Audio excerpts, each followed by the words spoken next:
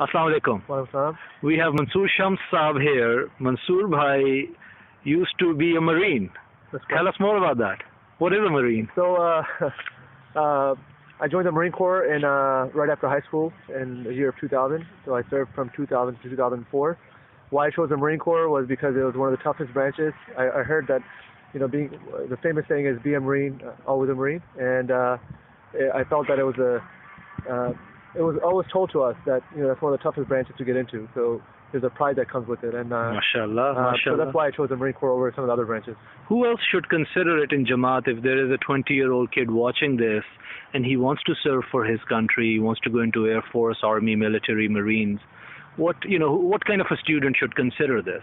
I think at the crux of it that anyone can consider this and should consider this. I think first of all, serving your country is a huge honor. I think that we should always keep that in mind in the spirit of Islam. Definitely. And as Ahmadi Muslims, we're very distinct in that clarity. We bring a lot of clarity to that point. Yes, specifically as Ahmadis, of course. But anyone who's coming out of high school and who's perhaps a little bit even unsure of what their next moves are or next paths are, I think it's something to consider because it opens up a lot of avenues. It maybe can give you a footing into something that you thought wasn't even there.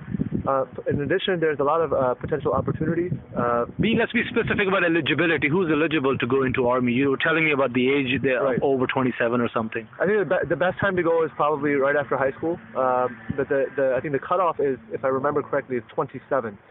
Before then, you can go in, I think you can go as early as 17 with a parent's discretion, as long as they sign on it. And then at 18, you can go in at your own discretion.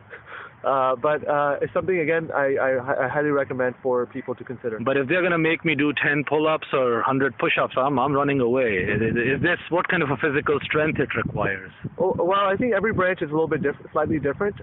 From the Marine Corps, the basic requirement is to be able to do 3 pull-ups, so pretty much lock your arms all the way down and pull your body weight up above the bar. 3 pull-ups, 100 crunches, I think within 2 minutes if I remember correctly, and then also a 1.5 mile run. The times are different for both men and ladies. Okay, excellent. What are some of the perks of going into armed forces? Do you get something about your education, other things? Right, so today there's something known as the GI Bill. It is, I think, valued at $52,000 plus right now. It's something that you can use up to 10 years from the day you get out. In fact, you can even use it while you're in. But while you're in, the military covers your education 100% anyway. So you don't actually... No college loans. No college loans needed. So you can actually use that $52,000. You could become an engineer while you're in Marines. That's true. That's quite possible. And the $52,000 you can use actually maybe towards graduate education or whatever higher level education you want to use in the future. Now that they've started something new, it's called the post 9/11 GI Bill. And what that does is that in addition to the $52,000, it pays you a housing allowance. So meaning if you're living here in an expensive area like Maryland, my housing allowance when I was going to school was $1,800 per month, plus the 50 to 60% they were paying towards my education. Very interesting. What are some of the myths about serving in the Army? People think you can be called on even 20 years later. I think first and foremost we need to remember the spirit of becoming a U.S. citizen or being an American, and that is that we can get called at any time, all of us. Any citizen. Any citizen. Okay, that's exactly. It's part of the oath. It's part of the oath, and that's what we sign off on when we sign that form. As far as your question is concerned, other myths is that you can get called at any point. I've already clarified that to a certain extent. But what happens in the military is that typically you come in for a 4-year service, which is called as active duty. Okay. And it's a total of 8-year contract, 4 years active and 4 years inactive. During the 4-year inactive period, at the discretion of the president, which happens very rarely, if there's some type of war going on, things of that nature, then they can call you in. But normally, it goes from active to reserve to inactive. So you're really on the low bottom of the chain to get called back in. So once that 8 years is complete, you're just like any other citizen. So after 8 years, you want to become a CEO, you want to start a business, you want to become a doctor, you're free to go anywhere. You can go anywhere you like. Very interesting. What are some of the rewards of serving for your country or going into military or Marine Corps? What are the rewards deep down? What do you feel today now that you're done with your military service? Sure.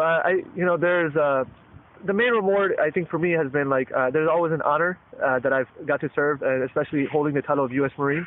It always stays with you. I have Marine friends today, some of my best friends that I'm still in touch with, and I think there's a special bond, especially within Marines. It's well known that anytime you see a Marine, there's a click right there. So I think it's one of the best things that you can do for your pride, the honor, yeah. Education. Education-wise, any other benefits? Some of the benefits, for example, are one of them is education, which I mentioned, the GI Bill. There's something also called as the VA home loan. So, for example, you need to purchase a home, you get a much lower rate than what normal society would get. And if, for example, if you serve 20 years, I think you leave with full retirement benefits, full medical service for the full medical for the rest of your life. The veterans loans. A whole lot long additional benefits. But long if you serve 4 years, benefits. then you still have good benefits such as the VA home loan, the education, and even access to VA hospitals. That's great. That's great. So, Marines, you're into code words. So, can we share your email with other members out there? If the code word for the Marine Corps is Semper Fi. It means always faithful. That's something that's. I wanted to see what's the code word that they should write in the subject line so you respond to their email. So you don't ignore their email. Correct. Semper Fi. Yeah. Okay.